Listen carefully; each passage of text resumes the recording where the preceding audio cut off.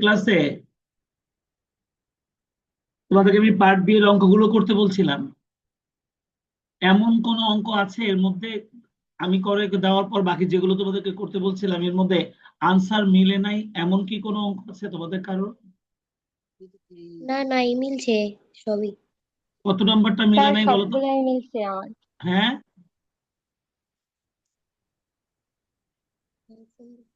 Answer সবগুলাই মিলে নাই? মিলছে আমার। তোমার সবগুলো মিলছে? জি স্যার, আমারও। জি স্যার। তার মানে প্রত্যেকটা অঙ্কই তোমাদের হয়ে গেছে, হয় নাই এমন একটা অঙ্ক এখানে জি নাই, স্যার। তাই তাই না?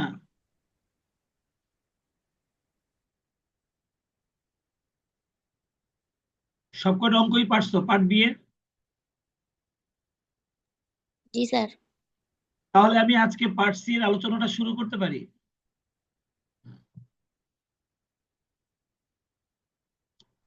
তাহলে আমরা আজকে জি। পার্ট সি এর আলোচনাটা শুরু করছি, চলো।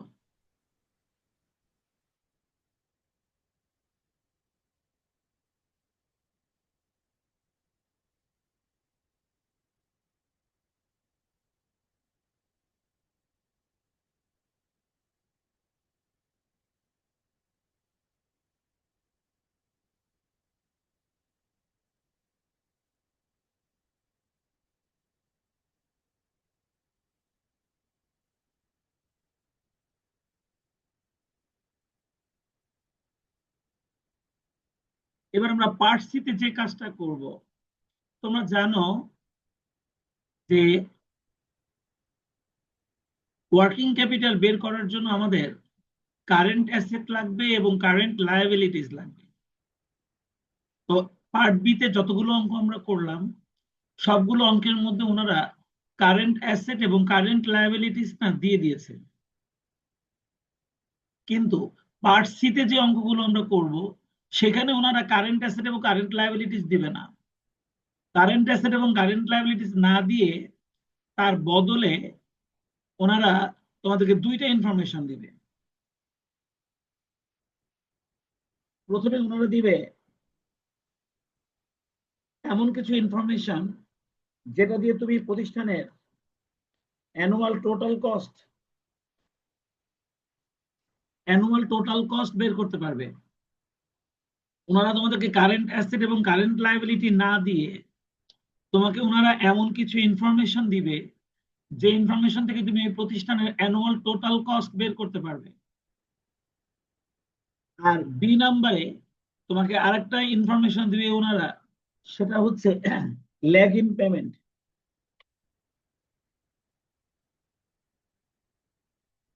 ল্যাগ ইন পেমেন্ট অথবা আমরা এটাকে কনভার্সন পিরিয়ডও বলি।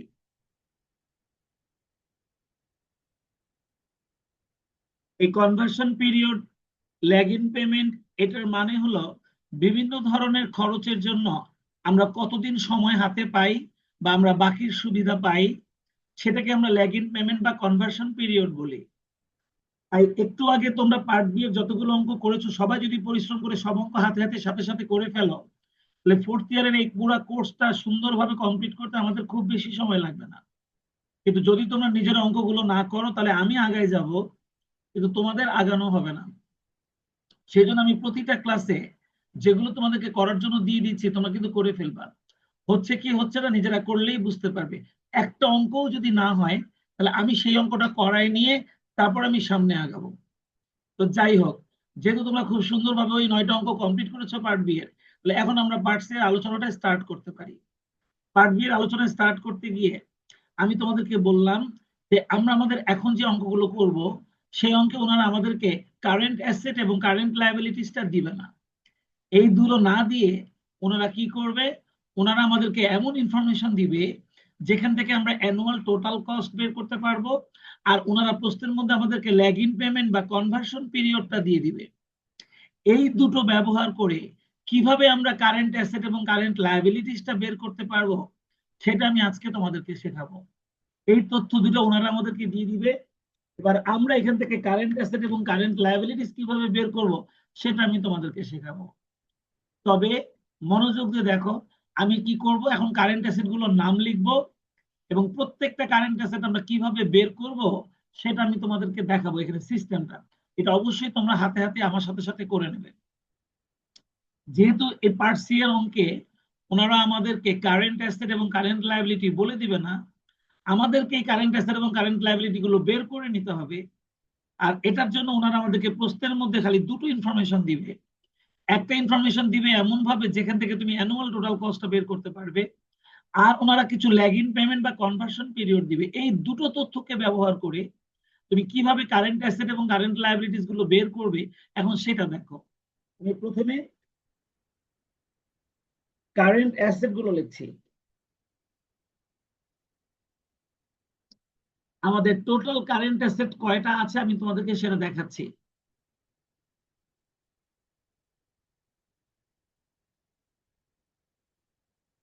আমাদের টোটাল কারেন্ট অ্যাসেট রয়েছে কয়টা একটু দেখাই।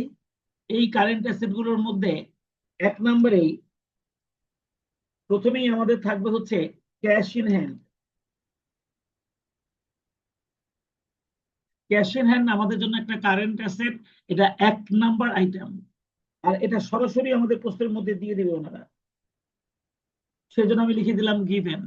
ক্যাশ ইন হ্যান্ড যদি ওনারা দিয়ে দেয় তাহলে আমরা লিখবো, আর যদি না দেয় তাহলে বাদ যাবে।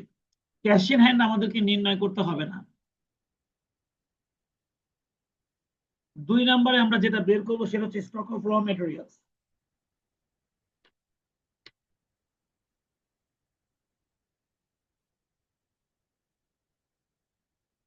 স্টক অফ র মেটেরিয়ালস আমাদের দুই number current asset.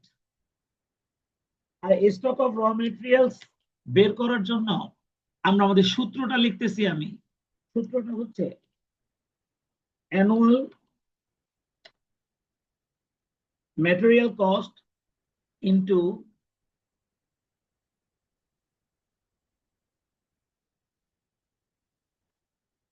Conversion period. এখন এই কনভার্সন পিরিয়ডটা ওনারা তো প্রশ্নের মধ্যে দিয়ে দিবে। এখন আমাকে বলো তোমরা, যদি আমাদের কনভার্সন পিরিয়ডটা 2 মাস দেওয়া থাকে তাহলে এই অ্যানুয়াল টোটাল কস্টকে আমরা 12 দিয়ে ভাগ করে 2 দিয়ে গুণ করব। যদি আমাদের স্টক অফ র মেটেরিয়ালের কনভার্সন পিরিয়ডটা 3 মাস দেওয়া থাকে তাহলে অ্যানুয়াল টোটাল কস্টকে 12 দিয়ে ভাগ করে 3 দিয়ে গুণ করব।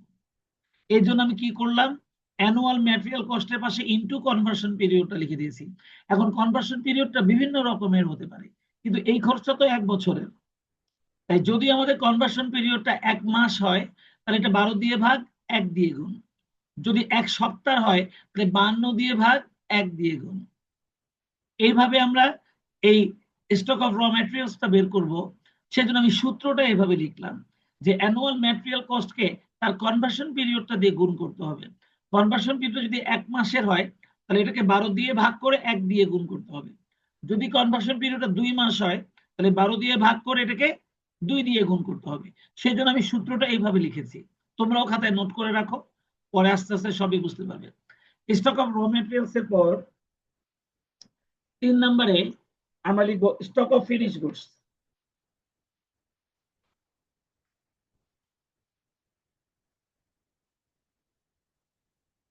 স্টক অফ ফিনিশ গুডস হচ্ছে আমাদের 3 নম্বর কারেন্ট অ্যাসেট।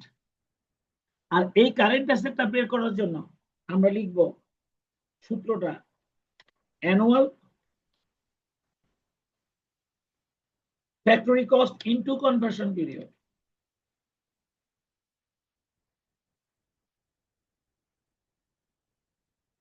তাহলে অ্যানুয়াল ফ্যাক্টরি কস্ট যেটা আছে আমাদের বের হবে, আমরা যদি বের করি অ্যানুয়াল টোটাল কস্টটা যখন বের করব তখন ওই অ্যানুয়াল টোটাল কস্টের মধ্যে যে ফ্যাক্টরি কস্টটা থাকবে ওই অ্যানুয়াল ফ্যাক্টরি কস্টকে আমরা কনভার্সন পিরিয়ড দিয়ে যদি গুণ করি তবে আমরা স্টক অফ ফিনিশ গুডসটা পেয়ে যাব।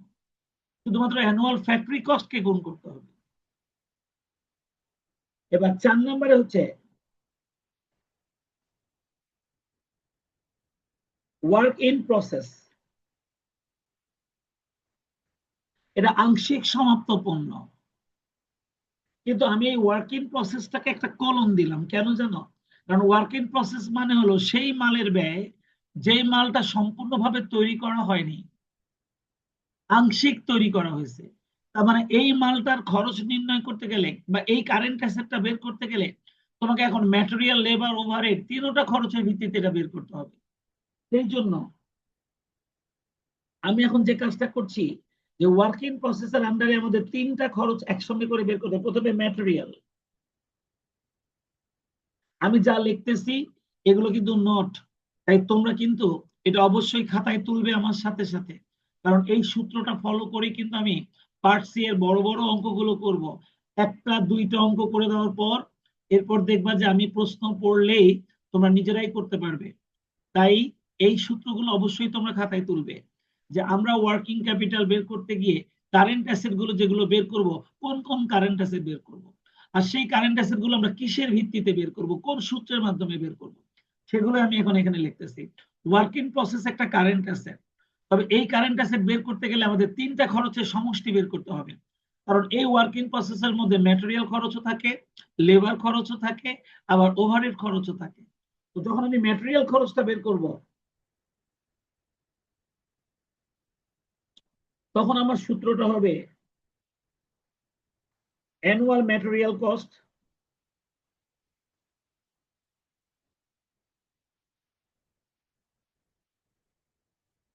Into conversion period, annual material cost into conversion period. এই সূত্র ব্যবহার করে যে অ্যামাউন্টটা বের হবে এর 100%, 100% করলে যে ফিগারটা হবে সেইটাই আমরা এখানে বসাই দিব। তাহলে ওয়ার্কিং প্রসেস বের করতে গিয়ে আমরা প্রথমে ম্যাটেরিয়াল খরচটা লিখব, আর ম্যাটেরিয়াল খরচটা লিখবো আমরা অ্যানুয়াল ম্যাটেরিয়াল কস্ট, যেটা আমাদের বের করব আমরা, সেই অ্যানুয়াল ম্যাটেরিয়াল কস্টকে কনভার্সন পিরিয়ড দিয়ে গুণ করার পর যেটা আসবে তার 100%। এরপর লেবার, লেবার কস্ট আমরা ধরবো অ্যানুয়াল লেবার কস্টের সাথে আমরা গুণ করব conversion period.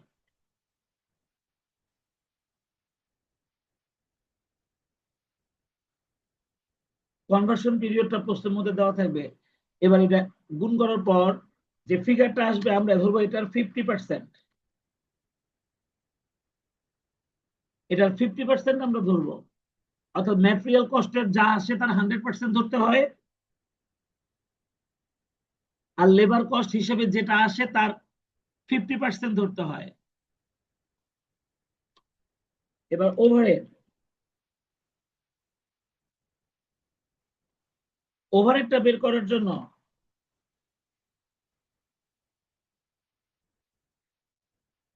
Annual overhead cost into conversion period.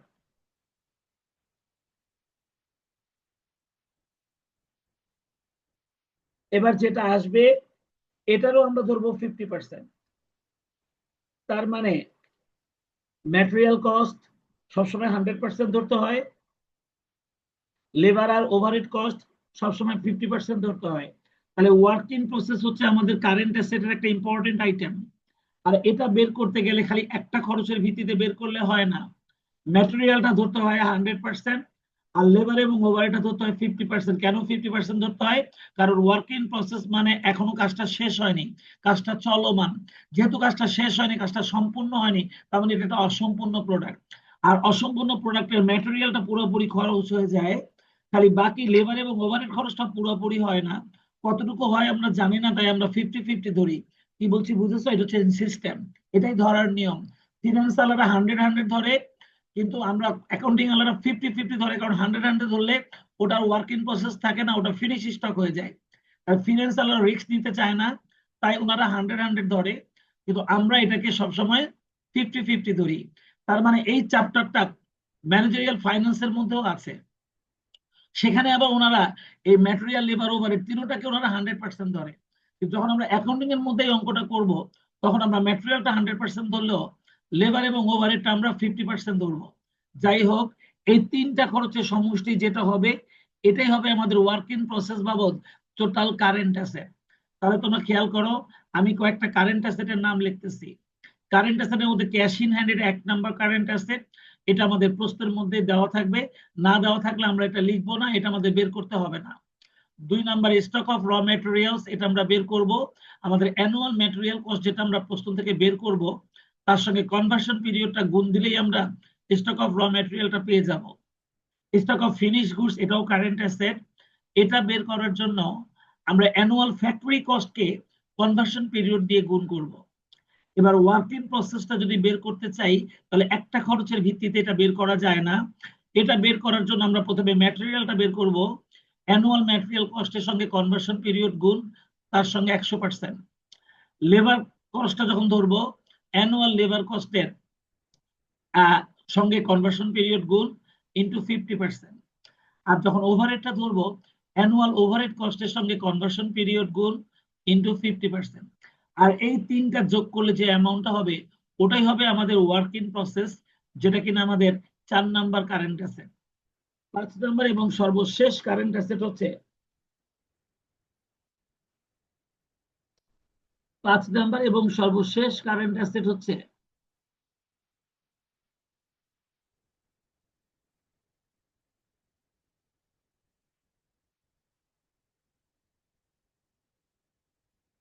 Sunday debtors.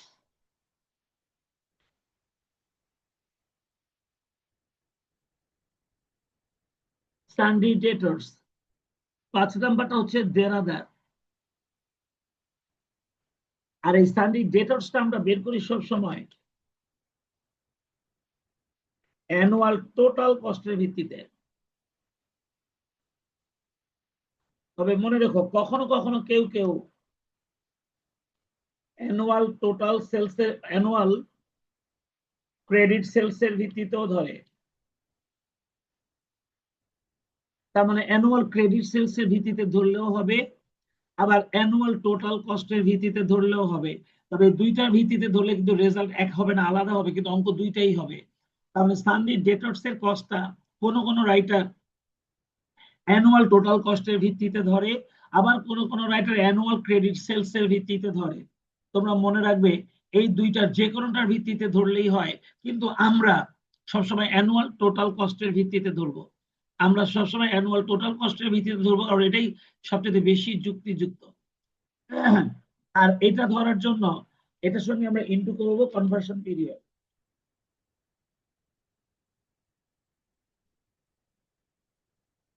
মনে রেখো, কনভার্সন পিরিয়ডটা কিন্তু ওনারা প্রশ্নের মধ্যেই আমাদেরকে দিয়ে দিবে। কনভার্সন পিরিয়ডটা ওনারা সবসময় আমাদেরকে প্রশ্নের মধ্যেই দিয়ে দিবে। আমি খুবই শর্টকাটে এবং খুব সিম্পলি আমি তোমাদের সামনে সূত্রগুলো লিখে দিচ্ছি, যাতে যদি খাতার মধ্যে নোট করা থাকে। আমি যতগুলো অঙ্ক করবো, প্রত্যেকটা অঙ্কে দেখবো আমি একই কাজ করতেছি। সেই ক্ষেত্রে একটা বা দুটো অঙ্ক আমি করাই দিলে এবার ওই সিস্টেমে তোমরা নিজেরাই সমস্ত অঙ্কগুলো করে ফেলতে পারবে। এখন ন্যাশনাল ইউনিভার্সিটি যে ধরনের প্রশ্ন করে, সেখানে যারা প্রশ্ন কমন পাওয়ার আশায় পড়ালেখা করে, এদের পরীক্ষা ভালো হবে না। কিন্তু তারা অঙ্ক শেখার পর নিজেরা অঙ্ক করতে পারবে, তাহলে পরীক্ষার প্রশ্নটা পড়লে তারা বুঝতে পারবে যে এই অঙ্কটা এইভাবে দিয়েছে, তো আমি এখান থেকে নিজে নিজে এইভাবে অঙ্কটা করব। এইভাবে যারা শিখবে, তারা যে কোনো প্রশ্ন আসলে সেটা অ্যান্সার করতে পারবে। আর তাই আমি তোমাদের সামনে টোটাল জিনিসটা স্ট্রাকচারটা তুলে ধরছি, যে এই চ্যাপ্টারের অঙ্ক করার জন্য আমাদের এটা এটা লাগবে। তুমি দেখো তোমার প্রশ্নের মধ্যে কি ইনফরমেশন দেয়া আছে, সেটা থেকে তুমি এই জিনিসগুলো রেডি করো, তারপর তুমি অঙ্কটা করো। আমরা পার্ট বি এর যতগুলো অঙ্ক করেছিলাম, সেখানে ওনারা সরাসরি কারেন্ট অ্যাসেট দিয়ে দিয়েছিল, সরাসরি কারেন্ট লায়াবিলিটিস দিয়ে দিয়েছিল। তাই আমরা কারেন্ট অ্যাসেট আর কারেন্ট লায়াবিলিটিস বিয়োগ করে আমরা আমাদের টোটাল ওয়ার্কিং ক্যাপিটাল অথবা নেট ওয়ার্কিং ক্যাপিটাল বের করে ফেলছি। যদি কখনো কন্টিনজেন্সি দেয়, সেটাও আমরা আলাদাভাবে কিভাবে ধরতে হয় সেটাও আমি তোমাদেরকে দেখাইছি। তাই ওই অঙ্কগুলো তোমরা সবই নিজেরা পারবে, কারণ ওই অঙ্ক করার সিস্টেমই এটা। বাট পার্ট সি এর অঙ্কগুলো যখন আমরা করতে যাব, তখন সেই অঙ্কে দেখা যাবে যে ওনারা আমাদেরকে কারেন্ট অ্যাসেট এবং কারেন্ট লায়াবিলিটিসটাই দিবে না, না দিয়ে এমন ইনফরমেশন দিবে যেটা থেকে আমরা অ্যানুয়াল টোটাল কস্ট বের করতে পারবো। আর তোমরা দেখবা বিভিন্ন খরচের জন্য ওনারা কনভার্সন পিরিয়ডটা ওনারা প্রশ্নের মধ্যে দিয়ে দিয়েছে। এবার এই দুটোকে ব্যবহার করে কারেন্ট অ্যাসেট এবং কারেন্ট লায়াবিলিটি তোমাদেরকে রেডি করে নিতে হবে। তো আমি প্রথমে তোমাদের সঙ্গে আলোচনা করলাম আমরা কারেন্ট অ্যাসেট গুলো কিভাবে বের করব। এই যে দেখো, আমি কারেন্ট অ্যাসেট এই পাঁচটা ছাড়া অন্য কোনো কারেন্ট অ্যাসেট তোমাদের বের করতে হবে না পার্ট সি এর এখন অঙ্ক করতে গিয়ে। তো এই পাঁচটা কারেন্ট অ্যাসেটের মধ্যে একটা কারেন্ট অ্যাসেট প্রশ্নের মধ্যে দেওয়া থাকবে, না দেওয়া থাকলে ওটা বাদ। তাহলে বাকি যে চারটা, সেটা কিসের ভিত্তিতে আমরা এটা কিভাবে আমরা এটা ক্যালকুলেশন করব, আমি সেই নোটটা লিখে দিচ্ছি, তোমাদের খাতায় উঠে গেছে। বাট যখন আমি অঙ্কটা স্টার্ট করব তখন আমার এই নোটটা তোমরা আরো ভালো বুঝতে পারবে। এখন খাতায় তোলা থাকুক, অঙ্ক যখন আমি করব তখন তোমরা দেখবা জাস্ট এই সূত্রটা ব্যবহার করে কিন্তু আমি প্রত্যেকটা কারেন্ট অ্যাসেট গুলো আমি রেডি করছি। চলো এবার আমরা দেখবো কারেন্ট লায়াবিলিটিস।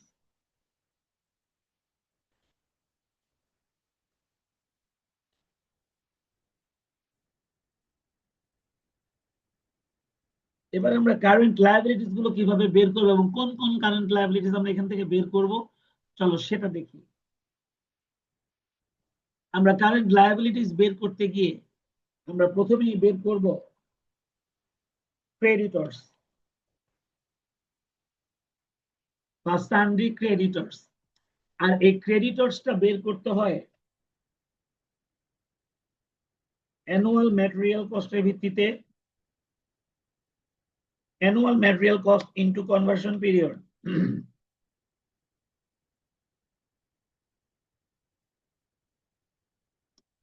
তার মানে স্টক অফ র ম্যাটেরিয়ালটাও অ্যানুয়াল ম্যাটেরিয়াল কস্টের ভিত্তিতে বের করতে হয়।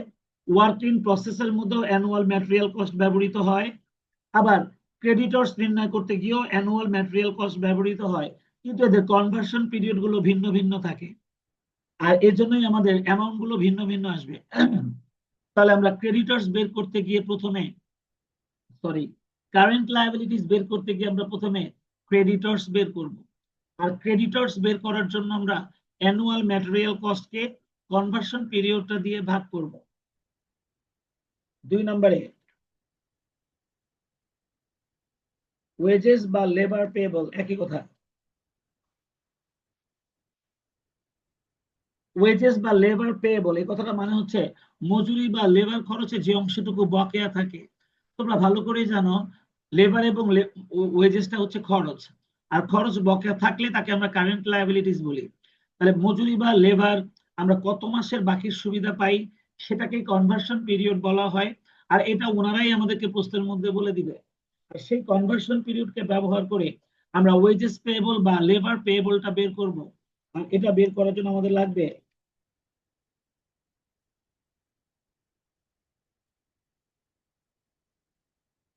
অ্যানুয়াল ওয়েজেস বা লেবার কস্ট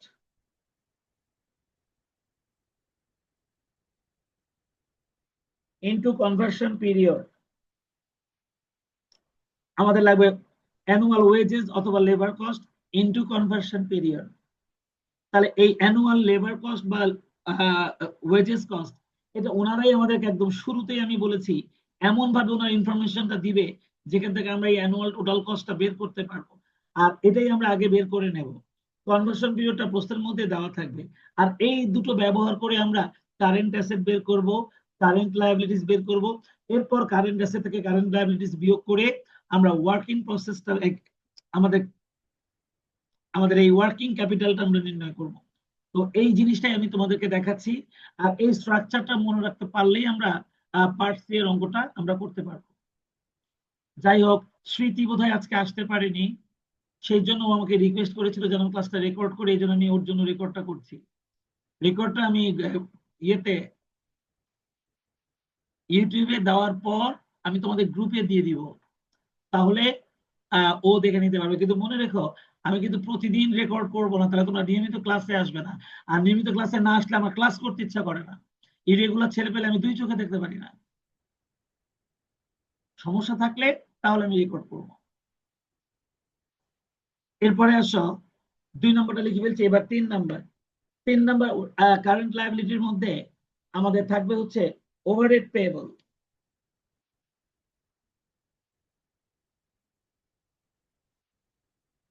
অর্থাৎ ওভারহেডটা যদি আমাদের বাকির সুবিধা থাকে তাহলে সেটাকে বকেয়া ওভারহেড বলা হয় বা ওভারহেড পেয়েবল বলা হয়। আর এটা বের করার জন্য আমরা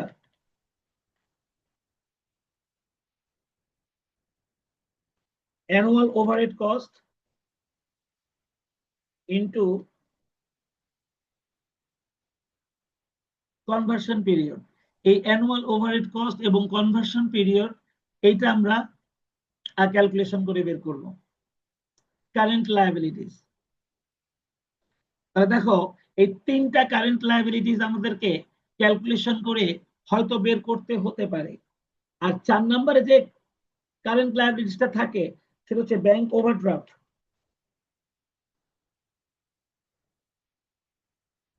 এই ব্যাংক ওভারড্রাফট আমাদের প্রশ্নের মধ্যে দেওয়া থাকবে, অর্থাৎ দিলেই আমরা এটাকে ইউজ করব, আর না দিলে আমরা এটা ইউজ করব না।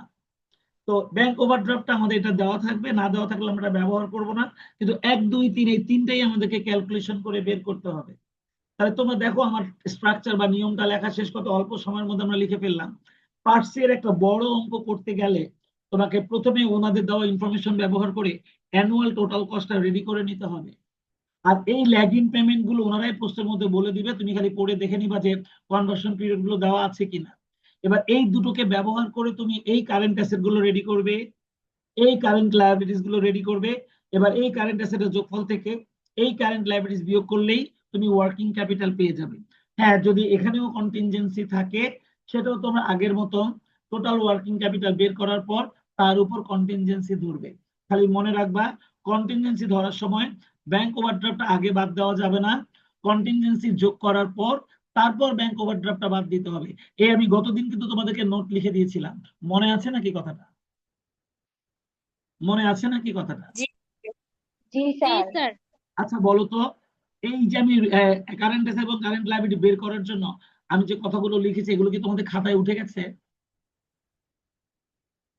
জি স্যার। জি স্যার। এগুলো কিন্তু আমার শীটের মধ্যে নাই। এটা তোমরা যদি আমার সামনে থাকতে, আমি তখন এগুলো বোর্ডের মধ্যে লিখে লিখে তোমাদেরকে বোঝাতাম, নিয়মটা দেখাতাম। সেই জিনিসটা আমি এখন এখানে এই আমার এই হোয়াইট বোর্ডে আমি দেখালাম।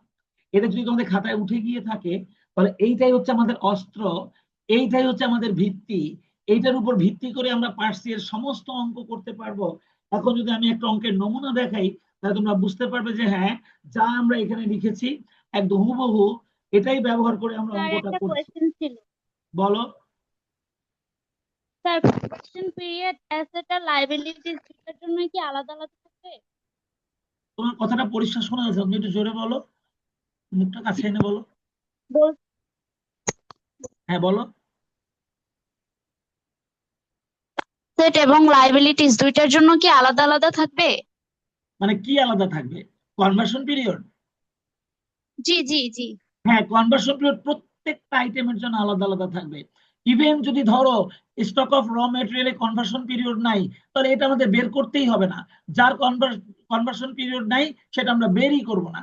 ধরো এই ওভারহেডের কনভার্সন পিরিয়ড নাই, তাহলে আমাদের ওভারহেডটাও করতে হবে না। তুমি আমার কথা বুঝছো? যার যার কনভার্সন পিরিয়ড থাকবে আমরা খালি সেটাই বের করব। কি বলছি বুঝতে পেরেছো? জি জি। অর্থাৎ ওনারা প্রশ্নের মধ্যে প্রত্যেকটারই কনভার্সন পিরিয়ড দিয়ে দিবে। হ্যাঁ, সেটা তুমি এখনই দেখতে পাবে। চলো আমরা একটা অঙ্ক কপি করে আনি। পার্ট সি এর প্রথম অঙ্কটা আমি কপি করে আনি। এটা অবশ্য একদমই নর্মাল অঙ্ক, তো যাই হোক নর্মালটাই করি।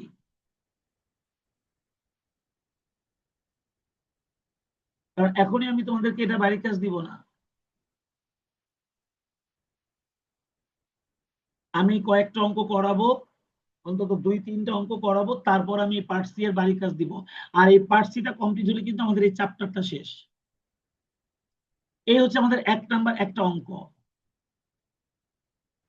আমি অঙ্কটা পড়ছি, এই অঙ্কটা একটু ডিফারেন্ট টাইপের, এখানে ওনারা অঙ্কটাকে একটু বেশি সহজ করে ফেলছে।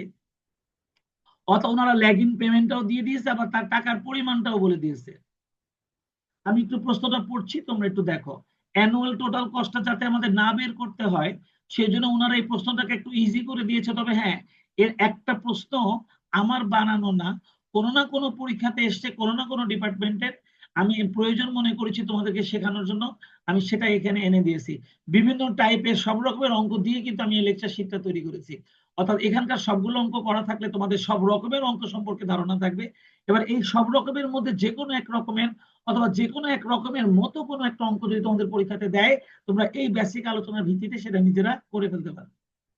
এখানে দেখো ওনারা বলছে calculate working capital from Taslima traders from the following particulars. এই তথ্য থেকে তুমি ওয়ার্কিং ক্যাপিটালটা নির্ণয় করো। দেখো ওনারা ওয়েজেসটা বলছে এটা একটা খরচ, কিন্তু এই ওয়েজেসের জন্য আমাদের সময় হচ্ছে 2 উইকস, আমাদের সময় হচ্ছে 2 সপ্তাহ। এই জন্য বলছে lag in payment of expense, এই এক্সপেন্সের জন্য আমাদের সময় হচ্ছে 2 সপ্তাহ। ঠিক আছে? আর ওনারা আমাদেরকে যে তথ্যগুলো দিয়েছে এগুলো সব 1 বছরের তথ্য। তাহলে এক বছরে আমাদের মোট ওয়েজেস খরচ হয় 52,000। তাহলে এই 52,000 টাকা থেকে তোমাকে 2 সপ্তাহ টাকাটাকে কারেন্ট অ্যাসেট অথবা কারেন্ট লায়াবিলিটি হিসেবে ব্যবহার করতে হবে। এখানে যে টাকাটা দেওয়া আছে এটা এক বছরের টাকা দেওয়া আছে, অথচ ওয়েজেসের জন্য আমরা সময় পাই 2 সপ্তাহ। তাহলে এটা যদি এক বছরের খরচ হয়, তাহলে এখান থেকে 2 সপ্তাহ খরচটাকে তোমাকে আলাদা করে নিতে হবে। আর আমরা ভালো করে জানি ওয়েজেসটা একটা খরচ, খরচের জন্য ল্যাগিং পেমেন্ট মানে এটা একটা কারেন্ট লায়াবিলিটি। তাহলে এটা একটা কারেন্ট লায়াবিলিটি হিসেবে আমরা ইউজ করব। তাহলে এটা আমাদের জন্য একটা current liability. Stores and materials, এটা অবশ্য আমাদের মজুদ, যেটা কাঁচামাল এবং বিভিন্ন ধরনের পণ্যের যে মজুদ, এটা আবার আমাদের কারেন্ট আছে। এটার জন্য সময় হচ্ছে 1.5 মাস, কিন্তু আমাদের অ্যানুয়াল খরচটা হচ্ছে 12,000। এই 12,000টা যদি আমাদের ম্যাটেরিয়াল এবং স্টোর বাবদ খরচ হয়ে থাকে, এখান থেকে 1.5 মাসের খরচটা তোমাকে আলাদা করে নিতে হবে। আর এটা অবশ্য আমাদের জন্য কারেন্ট আছে। অফিস স্যালারিজ, এটা আবার আমাদের খরচ, জানো যে স্যালারিজটা আমাদের খরচ। এটার জন্য হাফ মান্থ হচ্ছে আমাদের ল্যাগ ইন পেমেন্ট, কিন্তু এক বছরের খরচ দেওয়া আছে 9,000। তাহলে এখান থেকে তোমাকে হাফ মান্থের টাকাটা খুঁজে বের করে নিতে হবে। এটা কিন্তু আমাদের খরচ, খরচ হলে কিন্তু সেটা কারেন্ট লায়াবিলিটি হয়। রেন্ট, এর জন্য ল্যাগ ইন পেমেন্ট হচ্ছে 6 মাস, কিন্তু আমাদের এক বছরের খরচ হচ্ছে 3,000। তাহলে এই 3,000-এর অর্ধেকটা হবে আমাদের ল্যাগ ইন পেমেন্ট, মানে কারেন্ট লায়াবিলিটিস। আদার এক্সপেন্সেস, এটাও কিন্তু আমাদের এই এক্সপেন্স, যেহেতু এক্সপেন্স তার এটা আমাদের লায়াবিলিটির জন্য সময় হচ্ছে 2 মাস, কিন্তু এক বছরে খরচ হয় 7,200। তাহলে এখান থেকে তোমাকে অবশ্যই 2 মাসের খরচের টাকাটাকে কারেন্ট লায়াবিলিটি হিসেবে বের করতে হবে। শুধু অ্যাসেট পেয়েছি আমরা একটাই, স্টোরস এন্ড ম্যাটেরিয়ালস। না, এটা স্টোরস এন্ড ম্যাটেরিয়ালস, এটা মজুদের কথা ওনারা বলেনি, কারণ মজুদটাও যে ওনারা নিচে বলছে, তার মানে এটাও আমাদের খরচ। এটা হচ্ছে পাওনাদার, পাওনাদারকে এখন আমরা স্টোরস এবং ম্যাটেরিয়ালস এর কোনো, কারণ মজুদটা ওনারা এই যে বলে দিয়েছে average amount of stock, locked up stocks, এই যে। তো তার মানে এটা স্টক না, এটা হচ্ছে কাঁচামাল ক্রয়, ম্যাটেরিয়াল এবং স্টোর ক্রয় বাবদ আমাদের এই খরচটা হয়। আর ল্যাগিং পেমেন্ট যেহেতু বলা আছে, তাহলে এটা আমাদের খরচ। তাহলে এই সবগুলোই আমাদের খরচ। আর এই খরচের জন্য যে ল্যাগিং পেমেন্ট, সেটা আমাদের জন্য কারেন্ট লায়াবিলিটিস। আর এই যে দেখো আমাদের অ্যাসেট গুলো বলছে average amount of locked up stocks, এইখানে যে কথাটা ওনারা বলছে এটা কিন্তু এক বছরের জন্য বলেনি, গড়ে যে পরিমাণ স্টক আমাদের হাতে থাকে। তো তার মানে স্টক অফ ফিনিশ গুডস, এটা আমাদের সরাসরি কারেন্ট অ্যাসেট দিয়ে দিয়েছে ওনারা। Stock of material and stores, এই দেখো এখানে স্টকটা দিয়ে দিয়েছে, তাহলে এটা আমাদের খরচ। এখানে স্টকটা আলাদা করে দিয়েছে, তার মানে এটা আমাদের খরচ ছিল। তাহলে এই যে দুইটা জিনিস ওনারা দিয়েছে, এটা কিন্তু ওনারা এক বছরের দেয়নি, সরাসরি কারেন্ট অ্যাসেট হিসেবে যেটা ধরতে হবে সেটাই দিয়েছে। এখন যদি তোমরা বলো যে আপনি না হয় বুঝলেন, আমরা বুঝবো কিভাবে? দেখো এখানে কিন্তু ওনারা average amount of locked up stocks, এই কথাটা দিয়ে ওনারা বুঝিয়েছে যে গড়ে সারা বছরে যে পরিমাণ স্টক আমরা মজুদে রাখি, তাহলে সারা বছর গড়ে যে পরিমাণটা মাল আমরা মজুদে রাখি, ওটাই আমাদের কারেন্ট অ্যাসেট। তার মানে ওনারা সরাসরি স্টকের পরিমাণটাই আমাদেরকে বলে দিয়েছে। আর এক্সপেন্সেস পেইড ইন অ্যাডভান্স, আমরা কোয়ার্টারলি অ্যাডভান্স করি, মানে বছরে 4 বার প্রদান করি, কিন্তু এক বছরে প্রদান করি আমরা 3600 টাকা। এই যে PA মানে পার অ্যানাম, পার অ্যানাম মানে আমরা এই টাকাটা এক বছরে দেই। তাহলে এই টাকাটা যদি এক বছরে দেই অগ্রিম, তাহলে এর 4/1 হবে আমাদের কারেন্ট অ্যাসেট। তাহলে এটার 4/1 হবে আমাদের কারেন্ট অ্যাসেট। কি বলছি বুঝেছ? এভারেজ ক্রেডিট গিভেন, দেনাদারের ক্ষেত্রে আমরা বাকির সুবিধাটা কিভাবে দিই? দেনাদারের ক্ষেত্রে ক্রেডিট গিভেন মানে বাকি সুবিধা দেই, আমরা সবসময় দেনাদারকে বাকি সুবিধা দেই। আর পাওনাদারের কাছ থেকে আমরা বাকিটা, পাওনাদারের কাছ থেকে আমরা বাকি সুবিধাটা নেই। আর আমরা সুবিধা দেই কাদেরকে? দেনাদারকে।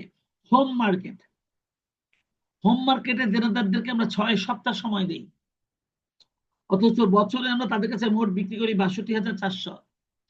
আর ফরেন মার্কেট, বিদেশি মার্কেটের দেনাদারকে আমরা 1.5 সপ্তাহ সময় দেই, অথচ তাদের কাছে আমরা বছরে বিক্রি করি 15,600। তাহলে এখান থেকেও কিন্তু আমাদের এই 6 সপ্তাহ 1.5 সপ্তাহের জন্য আমাদের কারেন্ট অ্যাসেটের পরিমাণটা, দেনাদারের পরিমাণটা কত, সেটা আমাদেরকে বের করে নিতে হবে। এই ছিল আমাদের অঙ্ক। এইগুলো হচ্ছে আমাদের অ্যাসেট, এই ব্লু গুলো হচ্ছে আমাদের অ্যাসেট, এটাও আমাদের অ্যাসেট। শুধুমাত্র লাল গুলো হচ্ছে আমাদের কারেন্ট লায়াবিলিটিস। এখন আমাদের যেটা করতে হবে, ওনারা এই অঙ্কটার মধ্যে ওই আলাদাভাবে অ্যানুয়াল টোটাল কস্ট না দিয়ে এই ডান দিকে সব তথ্য একবারে দিয়ে দিয়েছে, আর এখানে কনভার্সন পিরিয়ড দিয়ে দিয়েছে। আমাদেরকে এই কনভার্সন পিরিয়ডের ভিত্তিতে এই টোটাল কস্ট থেকে কারেন্ট অ্যাসেট এবং কারেন্ট লায়াবিলিটিস গুলো বের করে আমাদেরকে এই ওয়ার্কিং ক্যাপিটালটা নির্ণয় করতে হবে। এই ওয়ার্কিং ক্যাপিটাল যেটা বের করতে বলছে এটা আমাদেরকে নির্ণয় করতে হবে আর এই অ্যান্সারটার সঙ্গে মিলাতে হবে। এখন কিভাবে আমরা এটা করব চলো আমরা দেখি। কিভাবে আমরা অঙ্কটা করব চলো আমরা দেখি। এটা করার জন্য আমি একটা ঘর টানি।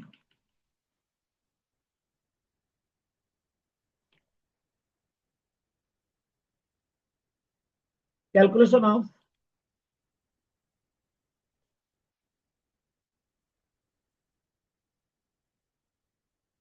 working capital required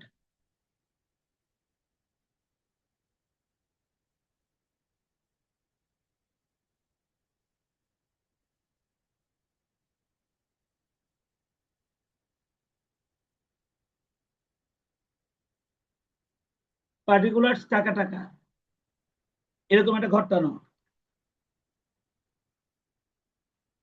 পার্টিকুলার্স টাকা টাকা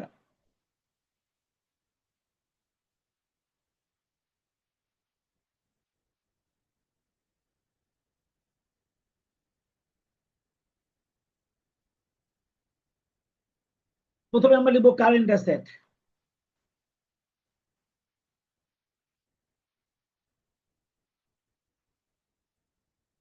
কারেন্ট অ্যাসেট লিখতে গিয়ে ওনারা আমাদেরকে শুরুতে স্টকটা দিয়ে দিয়েছিল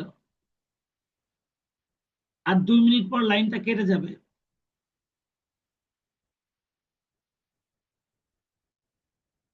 কারেন্ট অ্যাসেটের মধ্যে প্রথমে আমরা average amount of stock,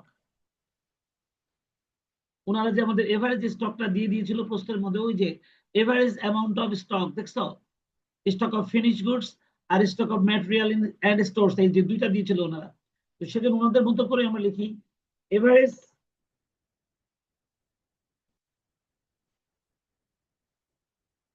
amount of stocks. এটা লিখে আমরা প্রথমে লিখলাম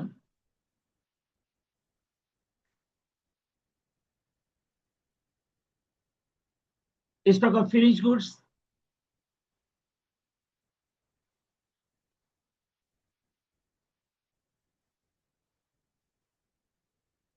দেখো আমাদের স্টক অফ ফিনিশ গুডসটা কত ছিল,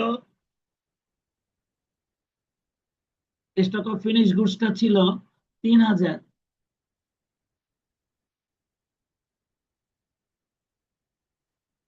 আর স্টক অফ ম্যাটেরিয়াল এর স্টোরস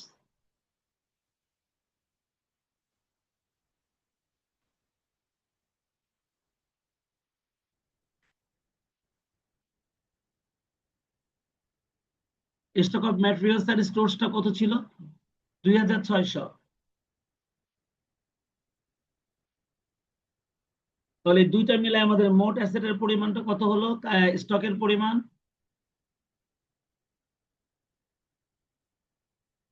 5600। এবার আমাদের অন্যান্য কারেন্ট অ্যাসেটের মধ্যে কি কি আছে চলো দেখি। অন্যান্য কারেন্ট অ্যাসেটের মধ্যে আছে এই যে এক্সপেন্সেস পেইড ইন অ্যাডভান্স,